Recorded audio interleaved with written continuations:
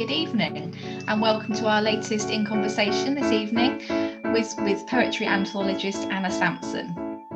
These events are free, but if you'd like to give a donation to Libraries Unlimited, which is the charity that runs 54 libraries and mobile libraries in Devon and Torbay, there is a link in the chat. This event is held in conjunction with our Reading Friends project, which we launched at the beginning of this year with the Reading Agency in response to lockdown and loneliness. And we've been working with new parents and carers with children to have one-to-one sessions and Zoom sessions so that people can interact around reading and talking and sort of helping to combat loneliness. So Anna's book, Night Feeds and Morning Songs, fitted perfectly into this, so that's why we invited her along. So this evening we are posting to over 20 libraries from Churston. I don't know if you know where Churston is, it's in South Devon, down near Agatha Christie land, to Crediton. And so hello to all the libraries watching. And if you'd like to ask a question to Anna, please pop it in the chat and I will ask Anna on your behalf. So Anna has two jobs and both of them are bookish. She has edited 7 poetry anthologies, including I Wandered Lonely as a Cloud, which was the 3rd best-selling poetry title of 2009. She is Fierce, which is a #1 Amazon bestseller, and She Will Soar. Her books have sold over 240,000 copies, and she often writes and speaks about books and poetry in the media. She's also spoken about the hidden history of women's writing, and she also has another job, busy lady, where she is a deputy publicity director at Quercus Books as part of a job share, and works on a great range of fiction and non-fiction, which I can definitely say that definitely is true. And she lives with her husband and 2 young daughters and 2 cats. And she likes books, cats, and bike rides. So that sounds like a good combo. Not reading books during the bike rides. They need to be kept separate. Yes, definitely. So thank you for joining us this evening, Anna. And would you like to give us a little overview of about Night Feeds and Morning Songs and how it came about? Yes. So I'd edited quite a few poetry anthologies, and the last 2 had focused specifically on poetry by women, which I loved doing. And I'd been squirreling away poems about motherhood and pregnancy and having children really since I had my first daughter, she's now 7. So I had this little collection of poems, and quite a few of them initially were on my long list for She is Fierce. And then my editor sort of said, well, look, this is a collection which is supposed to take women, you know, the whole way through life. And obviously that was the period of my life that I was in. So those were the poems that were really speaking to me at the time. So I had to dial it back, keep them in my little store. I'd always wanted really to do a collection of poems about motherhood. And actually it came about because the editor, Sam Eads, who is currently on maternity leave with her 2nd baby, I think she was just so sympathetic every time I tweeted about the behaviour of my 4-year-old, particularly during lockdown when I was spending all day every day with my children. She messaged me to say, I think you should edit an anthology of poems about motherhood. And I was just so thrilled because it was such a long-held dream to do. So I was really excited to have the opportunity to put this together, and edited it quite quickly with no childcare, home alone with my 7 and 4-year-old last summer.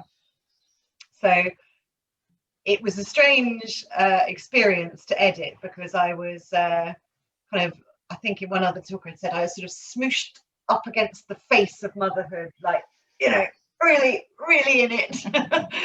And not finding it particularly easy to be 24/7, to be teacher and mum and hostage negotiator and mass caterer and everything else I was being.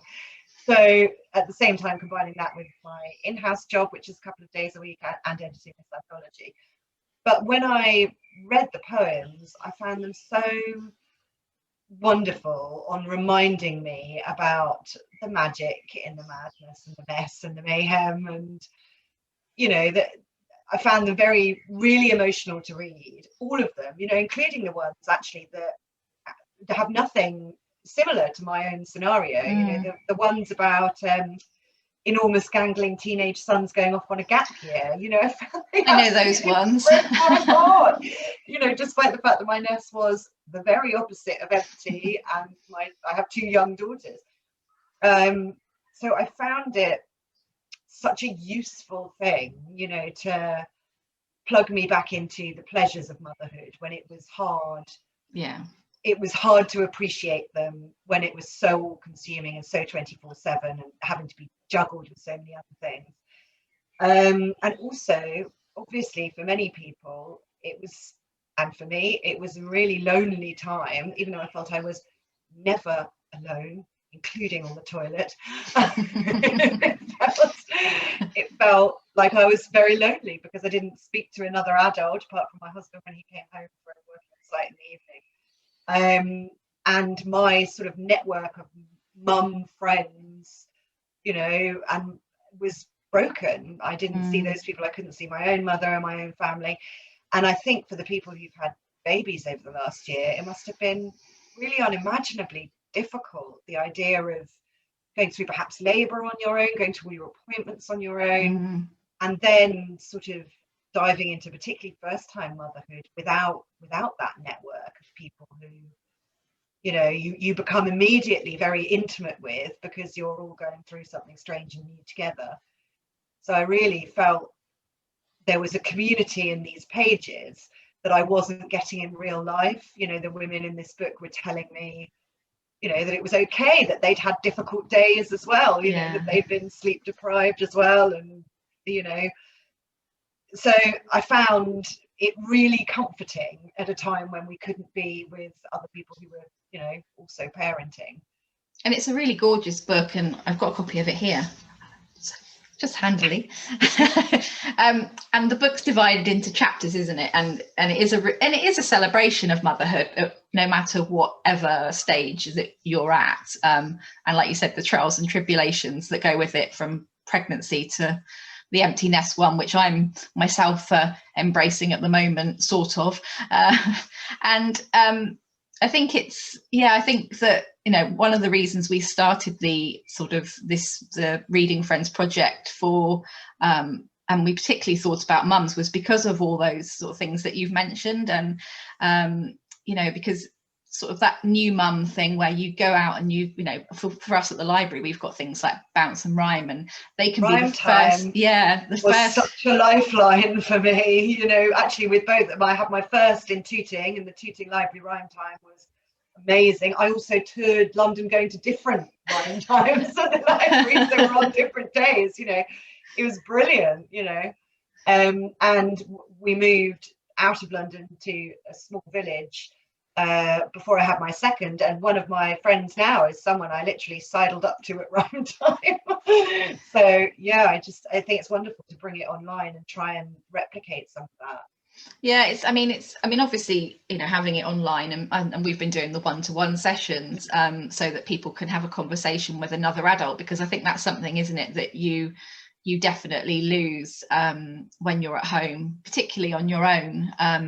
And also as a new mum, I remember sort of not knowing anybody, because I'd sort of left where we lived and went to work, and then you go to work and you don't see anybody. So, and then all of a sudden you're, you know, aren't you, you're back in that world, but everybody else is all joined up and you're not part of that. Yeah, I was writing about that actually today, because I was thinking about the Liz Berry poem, The Republic of Motherhood, which is in this, where she talks about crossing that border into the Republic of Motherhood. And suddenly the same streets that you used to clip-clop through in your high heels on your way to work, you know, you're one of the people who's there all day, you know, in the cagoule and dirty cardigan of motherhood. You know, she literally talks about, you put on the uniform, you know, sort of. In this poem, it's sort of a totalitarian state. It's such a clever, and talking about the way that actually your community takes on completely different meaning to you, or it certainly did with me. And suddenly you're navigating it by, oh, I can't go down that there's steps there, so I can't go there, and you know, that cafe's got big enough gaps between the tables that I can get my buggy through with all my bits and bobbins hanging off it. And it's a different psychogeography of your neighborhood, isn't it? Definitely. Without that community, yeah, and those even places to gather. Even for me, so I grew up in a small village and then moved away and then came back.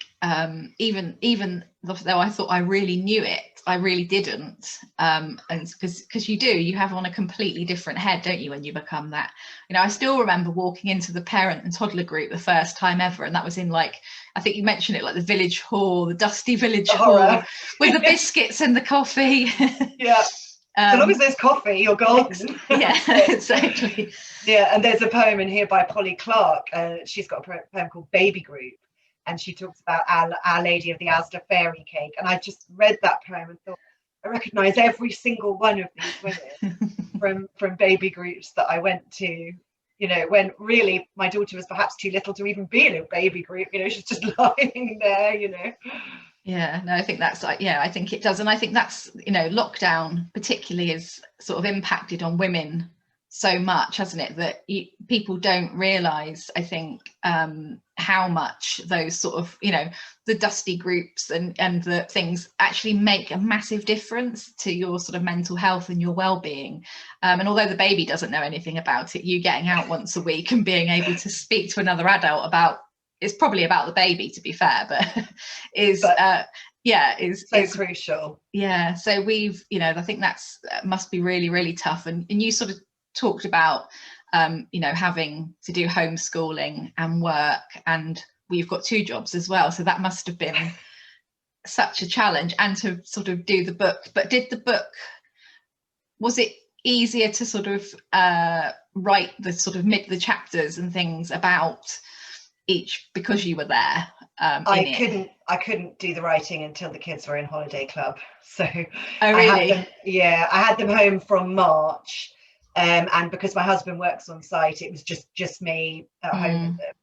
And obviously we were homeschooling, we weren't doing loads that first time because we hadn't been set lots of work, and they're quite little still, but nothing they could do. They couldn't do anything independently. No. So it wasn't like I could set them up with something and go and get some peace and quiet to work.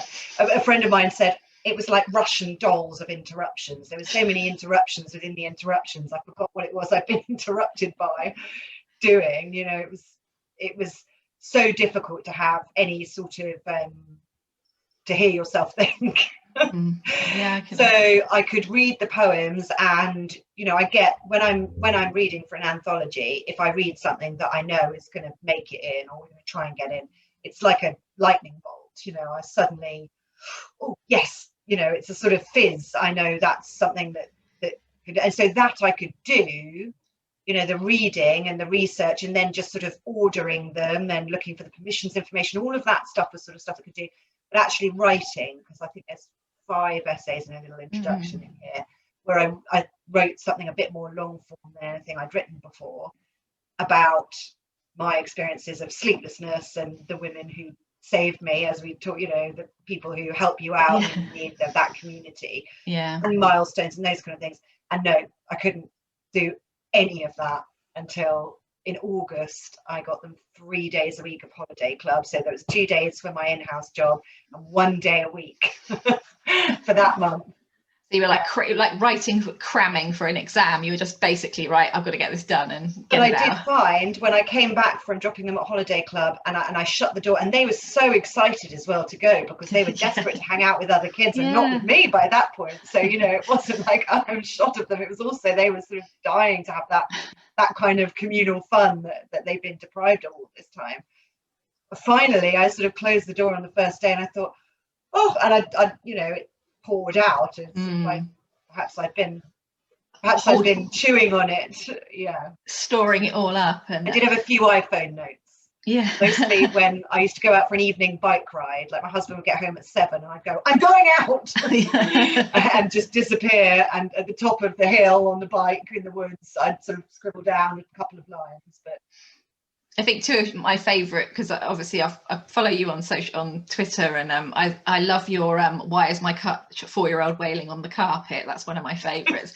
And the thing that I loved the most was, I think it was this lockdown where they did the shop, and they used to bring you things to the shop, and you'd be like working, and then you'd have like the cash till or a sort of a cafe? Yeah. Or I was delivered an 8-course tasting menu.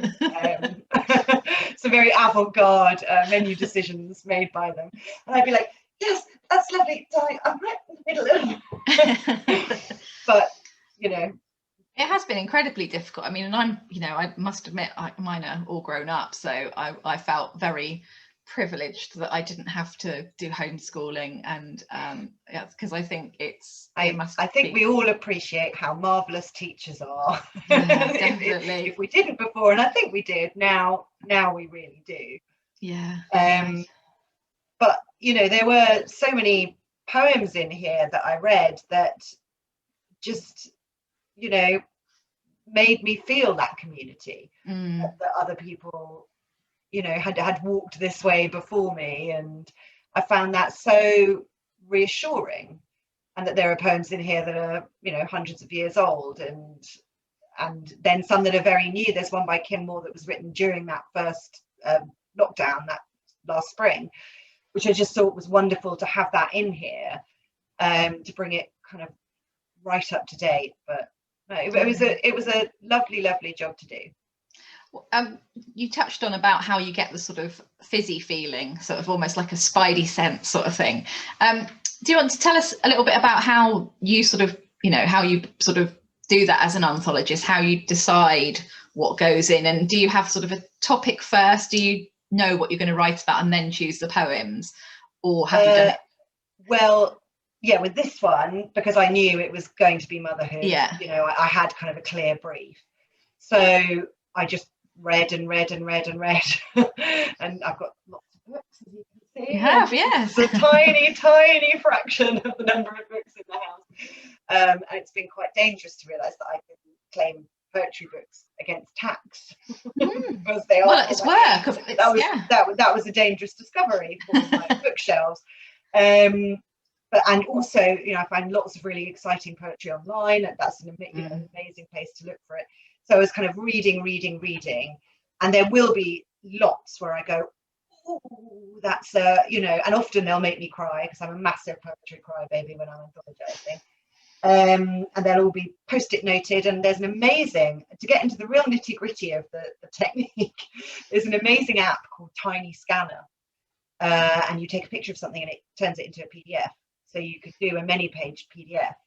So I'll do that with all of them, make very careful notes on my phone of which book they're from, and then be able to print them out, because when I start cutting and when I start organising them, I have to have them physically. There has to be a big stack of paper. Right, yeah. I can't do that digitally. I have to. And then I'll go through and start cutting things out, because I'll always have 3 times as many poems as I want. And some of them we lose because the poet's not happy to be anthologized, or because they're very expensive. So I never look at Mary Oliver now. I love Mary Oliver, but she's very expensive. So, you know, there are certain poems, there are quite a few poems actually that I loved and wanted for this book that just, you know, would have blown our whole permissions budget. So that becomes a factor. But also I will look at, maybe we've got too many poems by one person, or we've got lots and lots of poems about pregnancy and fewer poems about older children, and how we're covering. I think it's really interesting to have 2 different poems that cover similar themes and juxtapose them, but I don't want too many. Yeah, it's nice to have that mix. And then I'll sit down and I'll put them in an order. And actually, this was the easiest one ever to put in order, because it starts from pregnancy and then it goes to kind of the empty nest. So you've got a chronology there built into the idea of the book, which I haven't with some of the others. And I will read it all because I want it to flow. I want one poem to sort of flow into the next. This feels right here. But of course, I don't think anyone really reads a poetry anthology like that. I think very dip in and out, isn't it? Yeah, exactly. And that's the beauty of it. It's a buffet. So it's sort of weird that I feel they have to read like that, but I'm sure nobody ever starts at the beginning and reads them all in order. Probably maybe other poetry anthologists, maybe. Maybe. Did you when you sort of, so I must admit I buffeted them, so I sort of I dipped That's the in and point. out. And I think also it probably depends on what stage you're at, because I think that's the thing, isn't it, with all of the anthologies, you know, sort of you'll dip in, you know, if it's one about, you know, relationships, you might dip into the love section, or you might dip into the hate section, or absolutely. So, you know, for me in this book, definitely the sort of the empty nest bit was what resonated with me the most. And I really loved I loved Reading to You by Holly McNish. Oh yeah. And I just think there's something, she's amazing about reading to a child. And I think that's probably like with my librarian head on as well. But I think no matter what the relationship is, I really enjoy reading like to a group of children, if it's story time, or if you go into a school in a class. And also when I was a parent, you know, when I was a parent, I still am a parent, but when they were little, I used to love reading to them. I started reading to them when they were tiny. I think that's one of the things that actually came out of our lockdown that I loved, is that instead of books being for bedtime, we had all this time to fill. We had a lot of time to fill every day. So I started reading chapter books to them kind of during the day, and that's something that we kept on doing. Actually, we just finished Nevermore over tea today. Great, brilliant, which I really enjoyed. And we choose something together, and it's sort of way above the level of the 4-year-old, but she doesn't mind. You know, she kind of just likes being read to. She takes from it and likes to be involved. And that's been a really important sort of take home from it. So I love that poem. Holly McNish read that at our company. She's published by another publisher within the Hachette group who I work for, and she read it at our showcase, which was one of the last kind of big events any of us were at, because I think it was early last March. And just, I felt there wasn't a dry eye in the house. You know, everyone just really connected with that poem. Yeah, it's we're all really bookish. Yeah, I think that's the thing, isn't it? If you're bookish and I think, because it doesn't matter who you are, you know, and it doesn't matter if you've got children or you haven't got children. I think there's something really special to reading to children. I think, you know, teachers, librarians, you know, then you've got grandparents, and I think it's something that one really sort of impacted on me. And I was a bit, there was definitely some ones that towards the end of the book that made me a bit weepy. I'm sort of sorry and pleased all at once. I think almost everything in this book made me cry. I found it really emotional, which was why it was such a nice experience to do it, and why also when it was published sort of in another lockdown, you know, unfortunately, it felt like a nice thing to send out into the world, a way to kind of say to all the mothers I know had a really difficult time, you know, whether they were homeschooling or whether they were missing their adult children who they couldn't see, or missing their own mothers, you know, whether they had babies, or, you know, teenagers who are finding it very difficult. I just feel it's been a really challenging year for everyone, but particularly, you know, maybe not particularly, but for parents it has been challenging. It's been really hard. So it was a nice thing to send this book out in the world, to hope that it would land with people. And have you had lots of nice comments about how it's sort of helped people? Yeah, it's been lovely. You know, people have said that they've enjoyed it. A lot of them have said it made them cry, but in a good way. But it's an emotional. I mean, I think, you know, the whole sort of journey, isn't it, is sort of emotional. From, you know, I think the other bit that I really felt was Where Are You? You know, the sort of the little essay you did about, you know, when you become a mother, you sort of lose yourself. And I really think it is quite seismic in that, you know, in that, particularly in those early days.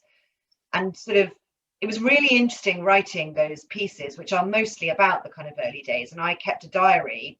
I'd still sort of keep a diary kind of sporadically. I'll write in it every couple of weeks. But looking back at my diaries, they're sort of mad.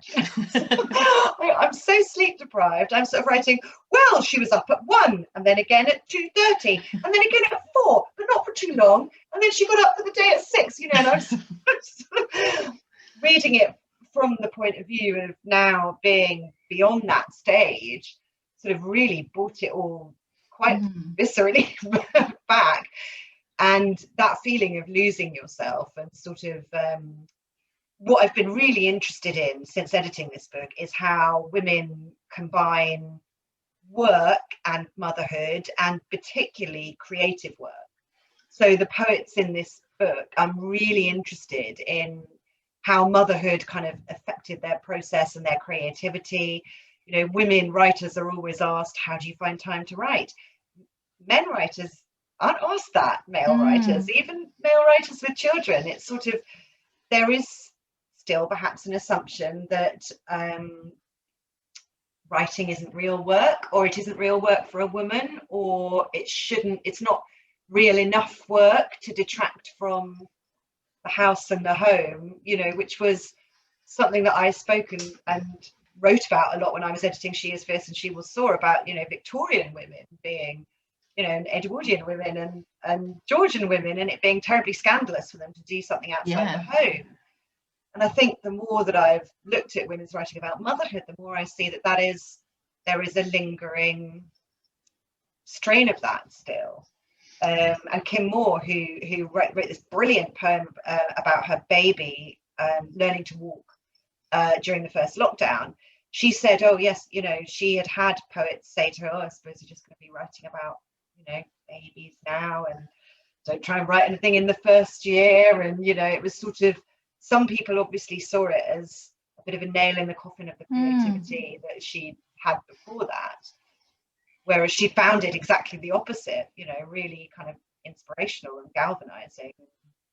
I think I was in a book group this morning, and we were talking about sort of how women had been impacted in lockdown, and how, you know, the voices of women have been sort of hidden over the year, you know, as writers. And we were saying that it seems to have, unfortunately, we feel like we've come a long way, but actually lockdown has shown that actually still the stereotypes of the mother being at home and looking after the children, even though we've all got jobs now, still has, you know, I'm talking generally, so I'm sure there are the dads that have had to do the same.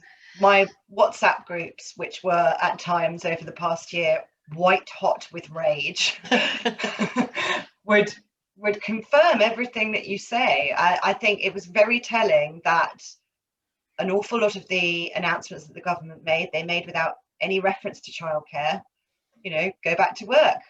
Wait, what? I mean, my husband works on a building site, but what if I also worked on that building site? You know, there was no mention of childcare. You know, it just didn't seem to be factored into any of the decisions that were making. So it was very easy for women to feel that they weren't being listened to, and that they were just expected to become teachers as well as everything else they were doing. And it was very, very difficult. I feel now that we're out of it, I'm sort of looking back on it thinking, oh, it wasn't, you know, it was okay, we got through it. But it really, especially this year when it was dark and cold and, you know, dark by 4, and we didn't have the lovely weather. And I do remember last summer saying, God, imagine doing this in terrible weather. I was like, oh, here you go. Here you go. Here's 5 months of it.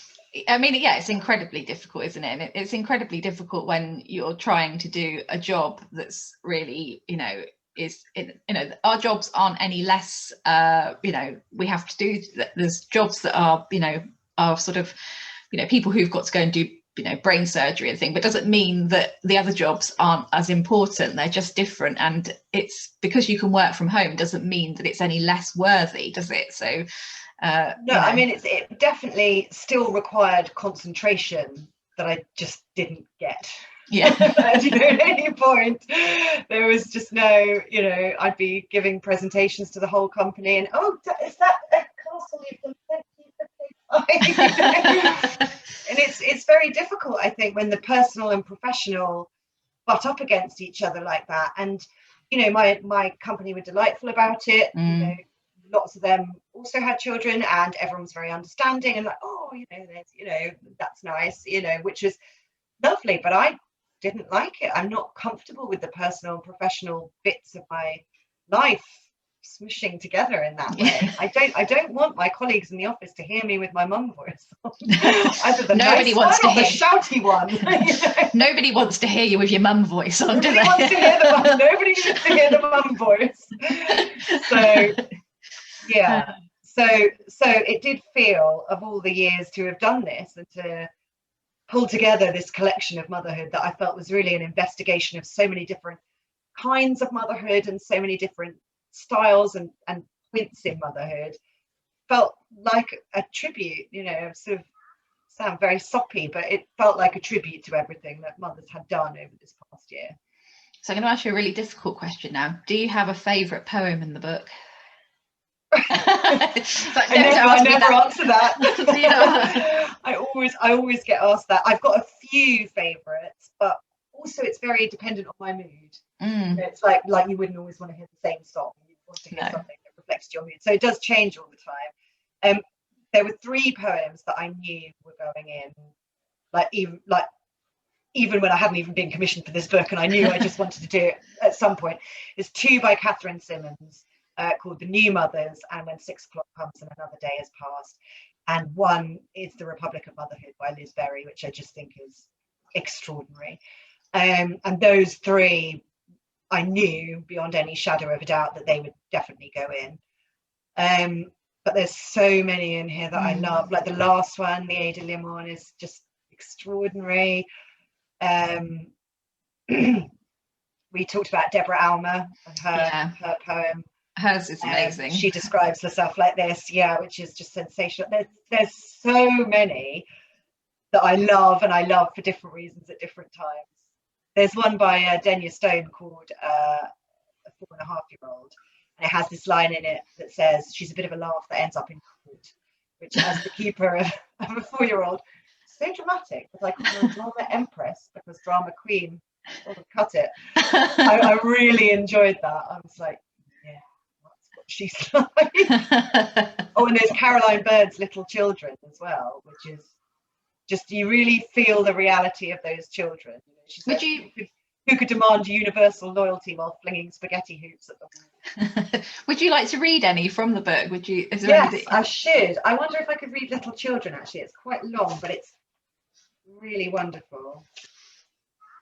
Okay, I've got 2 here. I'll read one by Kate Clancy. And actually, Kate Clancy has 24 poems that could have gone in this book. She was one of the poets it was really hard to cut down. Her and Liz Berry in particular have written so much beautiful stuff about this. But we were talking about losing your sense of self, so this is a good one for that, I think. It's called The Other Woman. I am running to meet her now, the girl who lives on her own, who has in her hand the key to her own hallway, her own bare polished stair, who is clacking down it now in kitten heels, swearing, who is marching over envelopes marked with a single name, who is late, can be late, sleep late, forget things, who tonight has forgotten hat, gloves and umbrella and is running, not caring, through the luminous rain. What shall we say? Shall I slip off my coat and order cold wine and watch myself sip it through the long row of optics, arching my back on the velvet banquette, and pick up the wit, the moo of the mouth as we pass jokes like olives, and say the right thing and stand up for my round, tapping the bar with a rolled up 20, tipsy, self-conscious, a girl, a vessel of secrets so carefully held in? Or down just one glass and see stars, and the whole room goes smeary, have nothing to say, and say all the same, apropos of nothing, in the middle of everything. You don't understand. What happens in birth is someone slips from your side, someone full-sized. Will she yawn, get her bag, start tucking her fags in when I get out his photo? Say, look how he's grown, all by himself. He has grown to the size of my life. I just think that's brilliant. She says so much in there about, you know, and when I was reading my diaries, I write about meeting a friend, and I'm really congratulating myself for having talked about other things, you know, having talked about books and work and not talked about the baby. And obviously I'm fighting that same urge to go, God, I have to tell you what's happened, you know. So I love that. And this is by Caroline Bird, who is always just brilliant. And it's called Little Children. Politically, they're Puritans. They gasp at nudity like it's 1912. They're shocked by minor offences such as chip stealing. 98% possess zero faith in the concept of rehabilitation for adults. As far as little children are concerned, forgivable mistakes occur before 16. After that, you're on your own. Their stance against marital infidelity is Victorian, and their position on divorce aligns with the Vatican City. Nuance is irrelevant to the infant moralist. They sit in plastic umpire chairs at the dinner table, shouting out unintelligible scores. They're violent. They'll headbang a breast or stuff a sticky hand up a skirt, then just amble away like raging misogynists.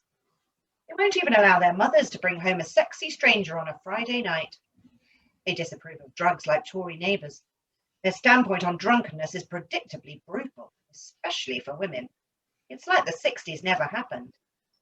They believe every adult should be locked into a sexless yet eternal marriage, never slip up or forget even a lunchbox, and be completely transparent and open to feedback 24/7. They're hypocrites. They spy on you in the toilet. Parents aren't permitted even the smallest private perversion. But a child can secretly urinate in a drawer for 3 weeks until the smell warrants investigation. Their relentless indignation. Their fascist vision of the perfect family.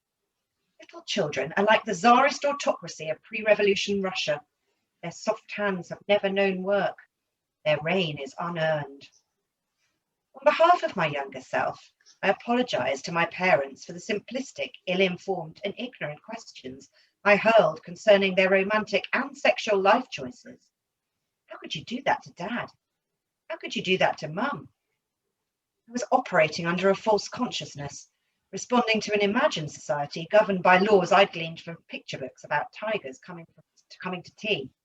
I had no right, no credibility. Imagine bellowing criticism from the stalls after seeing 2 minutes of a play.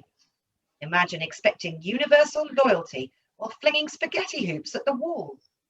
Imagine having such confidence in your innate philosophy of love. We kneel to tie the laces of their unfeasibly tiny shoes. It's brilliant. I love that so many poets in here. I really felt like they're talking about real children. Yeah. There's another where she talks about her son writing letters to George W. Bush, and about nature reservations and stuff, and it's just perfect. I think I'm very much at the other end of the book. So towards I was saying to you, like the sort of, not the end of motherhood, because as we know, it never ends, but my children are all grown up, and I love the conversation. You had a conversation, didn't you, for, I think it was another library, it was for World Poetry Day, with Deborah Alma and Imogen Russell-Williams, who are both in the book. And I really resonated with their experiences of having to learn not to have to do everything really fast, because you do get used to trying to do, like you said about, you had that one day and you had to Yeah. you just become so accustomed to doing it, and I still do that now. I still do everything sort of really quickly, just in case you can't do it tomorrow. I know, that people for some reason, are reluctant to hire mothers, and I just think, I tell you what a woman can do when they don't know whether they've got 20 minutes or 2 hours of nap time. The ruthless efficiency with which you have to pack everything that you need to do into discrete. I think as well, talking again about the idea of creativity in motherhood, and also who I worked with recently, called Ali Benjamin, who I think you also might have spoken to, with the Smash Up. She said that motherhood had really inspired her in a lot of ways, partly because you are put in a position where you have to see the world from a different perspective, because you're looking at it for your child. You have to imagine a world as being other or better than it is, which is a huge creative endeavor, but also that you just sort of stop messing about.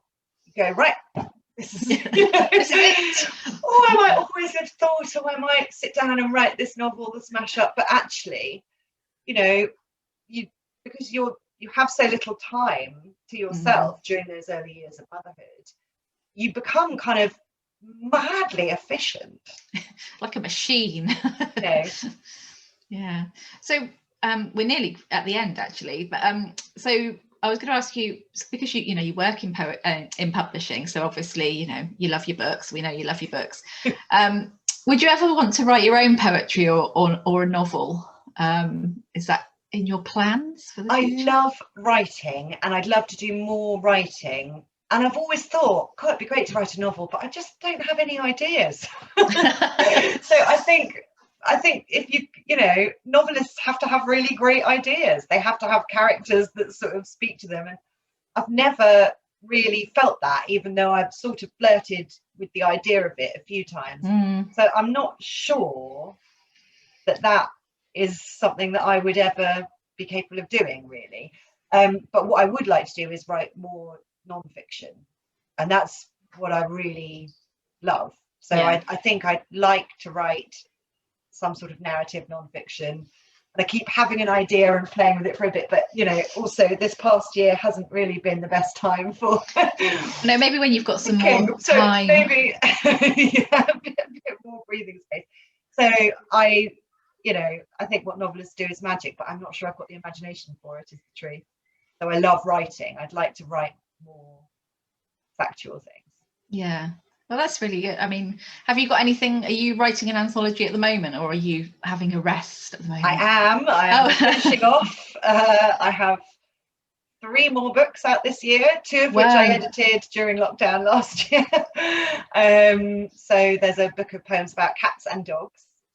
Nice. And also I'm just finishing off a new anthology at the moment, which I'm not sure has been announced, but should be coming in September. So great. So that's really fun, and it's something completely different as well. So I feel like I'm learning lots of new things and meeting lots of new poets. It's much more for children. Right, interesting. Oh, well, we'll look forward to that. Well, maybe you can come back and have another chat with us when they're out. Okay. Well, thank you so much for joining us. Our next In Conversation is on the 17th of May, and that will be with Alison Weir. And I'm going to be talking to her about her final book, which actually hasn't got a cover on the one I've got because it's a proof, which is the last in her 6 Tudor Queen series, and it's a whopper. So yes, so she'll be joining me at 7 o'clock. So I look forward to that then. And if you're watching on YouTube, please like and subscribe to our channel. And if you're watching on Facebook, please leave us some feedback in the comments. Thank you so much, Anna, for joining us again this evening. Thank you so much for having me. It's been such a pleasure. And we look forward to finding out what happens next. And I wish you the best with night feeds and morning songs. And I'm hoping that lots of people will watch this and be inspired to read it as we come out of lockdown. Thank you. Thank you so much.